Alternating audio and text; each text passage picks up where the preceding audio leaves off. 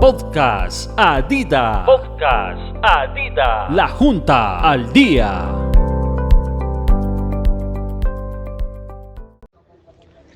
Escuchemos a continuación al tesorero de la organización sindical, Harold Ibargüen Mena, que nos trae y reflexiones con relación a la pedagogía y a la actualidad. Con las buenas noches para todos los radioescuchas de nuestro programa Despertar Educativo de nuestra organización sindical Adida.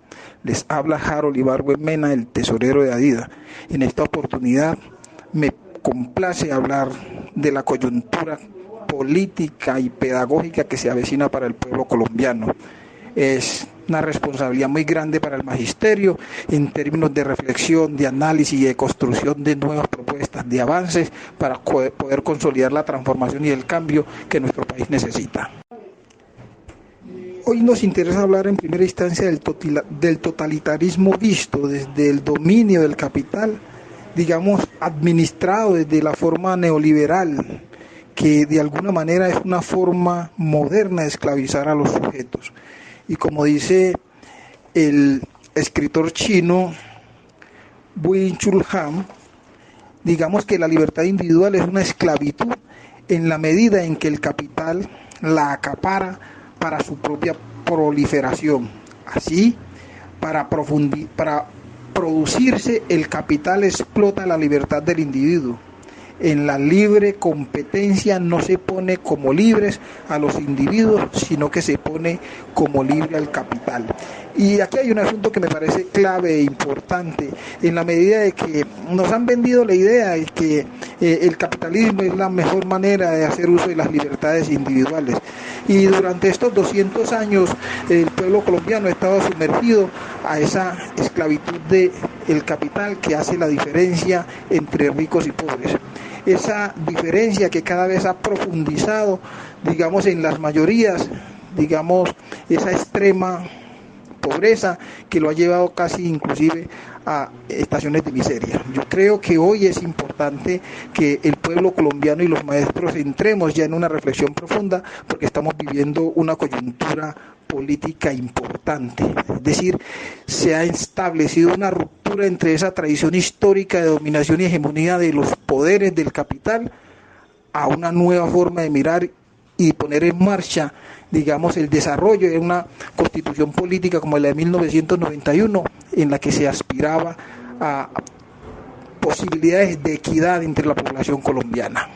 Como maestros y como sindicalistas aspiramos que esta oportunidad política que nos brinda la historia nos permita avanzar en dos perspectivas del desarrollo humano. Uno, que tiene que ver con la propuesta de teoría de la justicia propuesta por Rawls, en la que, según él, las instituciones son justas cuando no se hacen distinciones arbitrarias entre las personas al asignarles derechos y deberes básicos, y cuando las reglas determinan un equilibrio debido entre pretensiones competitivas a las ventajas de la vida social. Y aquí es muy importante que entendamos, es decir, desde esta perspectiva del desarrollo, creemos que el nuevo gobierno le apostaría a lo que siempre ha dicho, y es a disminuir la pobreza extrema en nuestro país.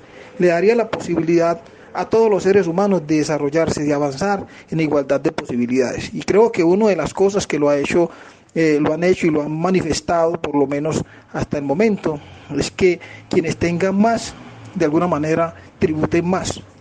Y es algo que se ha venido hablando históricamente desde la perspectiva del desarrollo humano, y es de redistribución de la riqueza, que no tiene que ver con que los ricos le den dinero a los pobres, sino que generen las condiciones y las posibilidades para que los pobres puedan encontrar soluciones de trabajo, posibilidades de desarrollo. Y ahí es clave, es determinante que este nuevo gobierno pues le apueste a ese asunto de equidad, a ese asunto de transformación desde la forma de esa redistribución de la riqueza. Creemos que también somos clave los maestros en ese asunto de equidad y justicia cuando redireccionemos nuestras propuestas de formación, cuando entendamos que la educación no puede ser ni debe ser para pobres, la educación pública, diría, sino que la educación siempre será la educación, procesos de formación para que los sujetos puedan avanzar, puedan desarrollarse, puedan reflexionar críticamente y, digamos, discutir los asuntos interesantes y claves de su vida. Y la otra perspectiva de desarrollo que sería clave inclusive comenzar a mirar y a implementar sería la perspectiva del desarrollo como libertad, digamos, propuesto por Amartya Sen. En su teoría, este autor plantea que el desarrollo tiene que ocuparse más de mejorar la vida que llevamos y las libertades que disfrutamos. La expansión de las libertades que tenemos, razones para valorar no solo enriquecer nuestras vidas y libertades de restricciones, sino también que nos permita ser personas sociales más plenas, que ejercen su propia voluntad e interactúan en el mundo en el que viven. Y aquí hay un asunto muy importante, y me voy a detener en lo que dice, ejercer su propia voluntad e interactuar en el mundo en el que viven. Me parece que una de las cosas que nos lleva a avanzar en este asunto del desarrollo como libertad es romper con los odios que de alguna manera históricamente ha caracterizado a nuestro país, en el que el hecho de ser contrarios, de oponernos desde las ideas, entonces nos hace enemigos y nos lleva a destruirnos. El desarrollo como libertad implica que los sujetos de alguna manera tengan la posibilidad de expresarse libremente, expresar su pensamiento críticamente, y que esto, en vez de hacernos enemigos y llevarnos a destruirnos entre nosotros, entonces nos lleve a construir juntos el proceso de la transformación, la construcción de sujetos, digamos, críticos, sujetos transformadores, sujetos que de alguna manera van a contribuir a ese desarrollo social que necesita. Y para formar en esas libertades y en esa voluntad plena, la escuela también es clave. Y es clave porque si el sujeto en la escuela donde se forma no tiene la posibilidad de expresarse libremente, y que esa expresión libre no lo lleve a ser juzgado, a ser calificado, digamos, de manera equivocada, entonces ahí hay un asunto importante. Entonces esta perspectiva de desarrollo también nos impone otra forma de ver la educación, otra mirada sobre la educación. Y es clave y es importante que comencemos ese proceso de transformación desde la reflexión misma en los contextos y en los entornos donde nos desarrollamos, pero donde puedan participar todos los sujetos libremente, sin que su opinión, por humilde que sea, pueda llegar a ser censurada. Así pues, entendemos que esta coyuntura política nos ofrece una nueva posibilidad, una nueva mirada de la educación, nos invita y nos convoca a que miremos los 5 elementos fundamentales que nos propone Freire en su legado histórico, y tiene que ver con la construcción del conocimiento, que en las escuelas y en los procesos de formación, digamos, los procesos de conocimiento, se comprenda que es una actitud ingenua esperar que las clases dominantes desarrollen una forma de educación que permita a las clases dominadas percibir la injusticia social y las formas críticas.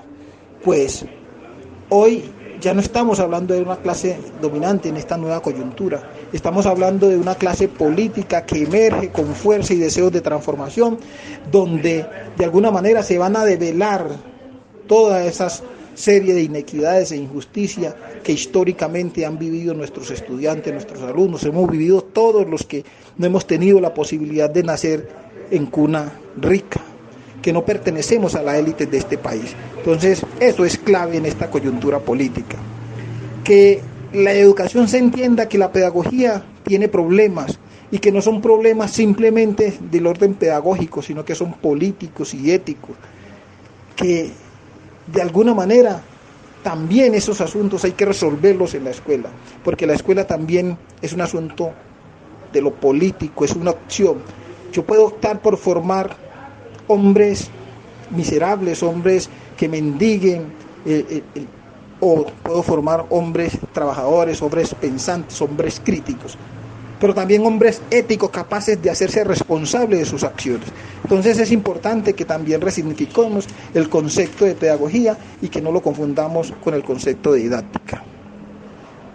También entendamos que en todos los procesos de educación se debe establecer una mediación del mundo, donde se comprenda que el tolerante no renuncia a su sueño, lucha por él íntegramente. pero respeta a quienes tienen un sueño diferente al suyo. Es importante que en la escuela entendamos eso. La escuela puede tener un horizonte, una perspectiva, pero también la escuela debe aprender a leer los sueños y las esperanzas que tienen nuestros alumnos, nuestros padres de familia, los entornos. Ahí es clave que pongamos a jugar esos sueños para que podamos alcanzar la transformación. Y en ese orden de ideas también la dimensión política de la educación debe entenderse que somos políticos, hacemos política al hacer educación, y en este sentido la humildad nos ayuda a comprender la sentencia. Nadie lo sabe todo, nadie lo ignora todo. Y este es un precepto de nuestro legendario Paulo Freire, cuando nos dice que lo que nos está diciendo es que la jerarquía académica no se puede ver tan marcadamente en nuestra institución, sino que el que sabe más aporta más, pero reconoce al que sabe menos, y justo construimos sentidos, construimos mundos posibles, construimos la transformación y construimos la crítica, construimos el país que soñamos, que queremos y que necesitamos. Y finalmente nos dice el legendario Paulo Freire en este asunto que aspiraría a uno que se vinculara con la coyuntura política que estamos viviendo, que tiene que ver con la ética, la utopía y el poder. Y es que podemos equivocarnos, podemos errar, mentir nunca. Entonces, lo que uno aspira de este nuevo gobierno es que, como todo lo humano, se pueda equivocar, se pueda errar, pero que lo que se dijo en campaña y lo que se haga no los lleve a que se constituya en una mentira más para los colombianos, en una, digamos, desesperanza más para los colombianos. Que todo lo que se ha planteado desde la coyuntura política nos lleve a la transformación, al cambio, a la esperanza, con un asunto, como lo plantean ellos mismos en la campaña, a un vivir sabroso, a un vivir en paz, a un vivir desde la transformación y el cambio, para que todos podamos disfrutar de un país tan hermoso como es Colombia. Muchas gracias. No se olviden que les habló Harold Ibargüen Mena, actual tesorero de Adida. Muchas gracias.